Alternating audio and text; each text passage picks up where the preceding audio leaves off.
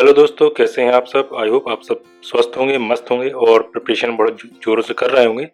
आज का टॉपिक है पद्म पुरस्कार 2021। जो 2021 में पद्म पुरस्कार मिले हैं उनके बारे में हम चर्चा करेंगे। तो हम सबसे पहले जानेंगे कि पद्म पुरस्कार कब से शुरू हुआ, इसकी स्थापना कब हुई, किस क्षेत्र में दिया जाता है, इसमें वरीयता क्या होती है, कब कब नहीं दिए गए और किन किन को दिए जाते हैं और कितने बार दिए जाते हैं, और टोटल एक वर्ष में कितने पद्म पुरस्कार प्रदान किए जाते हैं उनके बारे में हम जानेंगे। तो चलिए शुरू करते हैं पद्म पुरस्कार के बारे में। पद्म पुरस्कार देने की शुरुआत वर्ष 1984 में की गई थी। प्रतिवर्ष गणतंत्र दिवस के अवसर पर पद्म पुरस्कार विजेताओं की घोषणा की जाती है। ये पुरस्कार कला, समाज सेवा कार्य, लोक कार्य, विज्ञान, चिकित्सा, साहित्य, शिक्षा, खेलकूद, सिविल सेवा आदि के क्षेत्र में उत्कृष्ट कार्य करने के लिए प्रदान किया जाता है। यह पुरस्कार की 3 वरीयता हो जाती हैं, तो देख लेते हैं कौन सी हैं। पहली है पद्म विभूषण, दूसरी है पद्म भूषण और तीसरी है पद्मश्री। तो शुरू करते हैं पद्म विभूषण से। पद्म विभूषण यह एक पद्म पुरस्कारों में सर्वोच्च होता है। कौन सा है? पद्म पुरस्कारों में यह पद्म विभूषण कौन सा है? सर्वोच्च होता है। भारत रत्न के बाद का दूसरा सर्वोच्चम नागरिक पुरस्कार है। यह मिलता है कब? जब असाधारण एवं विशिष्ट सेवा के लिए दिया जाता है। पद्म भूषण पुरस्कार पद्म भूषण दूसरे सबसे बड़ा पुरस्कार है। यह भारत का तीसरा सर्वोच्च नागरिक पुरस्कार है। ध्यान देना कि पद्म विभूषण दूसरा सर्वोच्च है और पद्म पुरस्कारों में प्रथम स्थान रखता है, और पद्म विभूषण भारत का तीसरा सर्वोच्च नागरिक पुरस्कार है और पद्म पुरस्कारों में दूसरा स्थान रखता है। यह दिया जाता है उच्च कोटि की विशिष्ट सेवा के लिए। पद्मश्री पुरस्कार कब दिया जाता है? पद्म पुरस्कारों में यह तीसरा सबसे बड़ा पुरस्कार है और यह भारत का चौथा सर्वोच्चतम नागरिक पुरस्कार है। यह विशिष्ट सेवा के लिए प्रदान किया जाता है।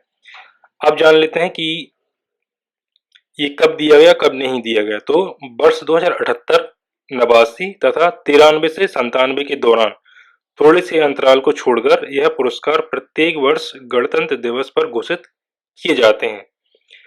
सभी व्यक्ति जाति, व्यवसाय, पद अथवा लिंग के भेदभाव के बिना इन पुरस्कारों के लिए पात्र होते हैं।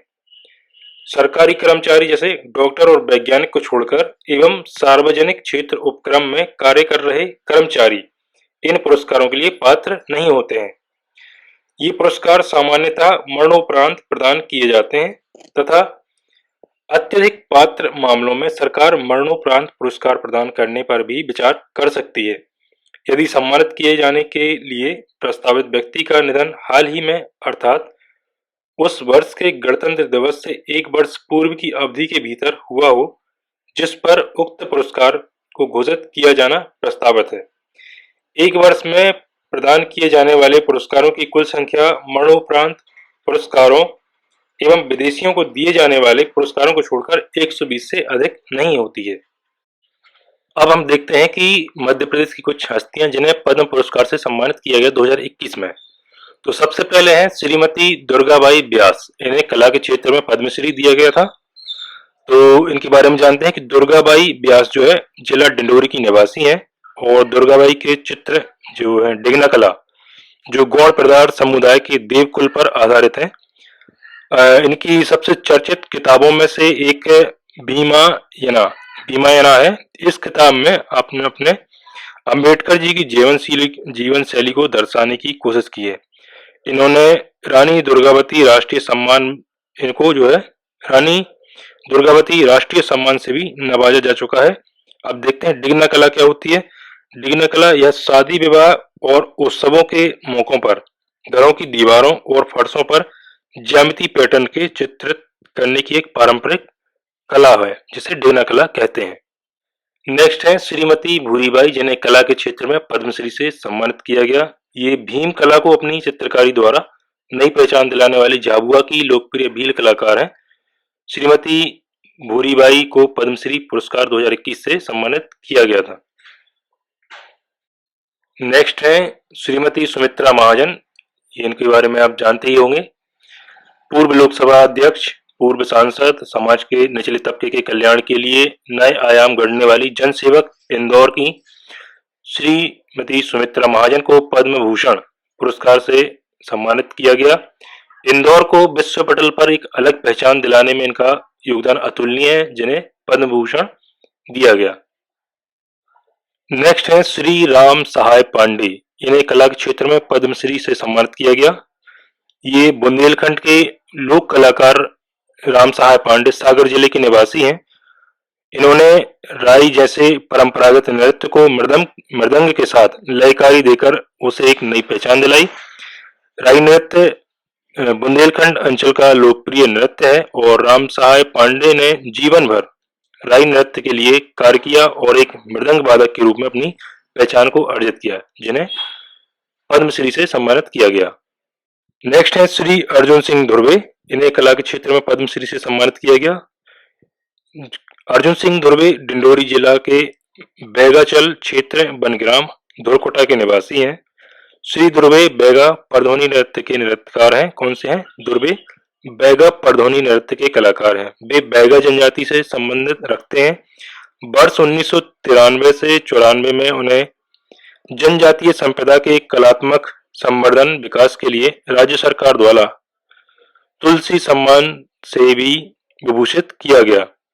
परधोनी नृत्य क्या होता है, इसके बारे में देख लेते हैं। यह बैगा आदिवासियों द्वारा विवाह के अवसर पर बारात आगवानी के लिए किया जाने वाला लोक नृत्य है, जिसमें बैल, मोर, हाथी, घोड़ा इत्यादि के मुखौटों में कलात्मक नृत्य का प्रदर्शन किया जाता है और इसी नृत्य के लिए इन्हें पद्मश्री से सम्मानित किया गया।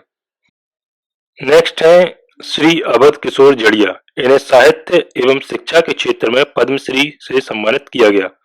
बुंदेली कवि अवध किशोर जड़िया ग्राम हरपालपुर जिला छतरपुर के निवासी हैं। डॉक्टर जड़िया बुंदेलखंड के वरिष्ठ बुंदेली कवि एवं आयुर्वेदिक चिकित्सक हैं। डॉक्टर जड़िया ने वंदनीय बुंदेलखंड, उद्धव शतक, कारे कन्हैया के कान और विरागमाला जैसी कविताएं लिखी हैं, जिनके लिए उन्हें पद्मश्री से सम्मानित किया गया था।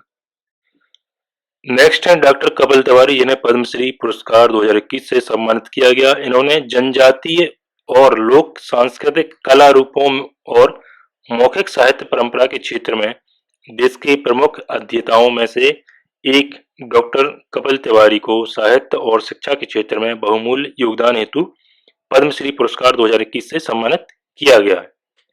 और आखिर में है डॉक्टर नरेंद्र प्रसाद मिश्रा, जिन्हें मरणोपरांत चिकित्सा के क्षेत्र में पद्मश्री सम्मान दिया गया।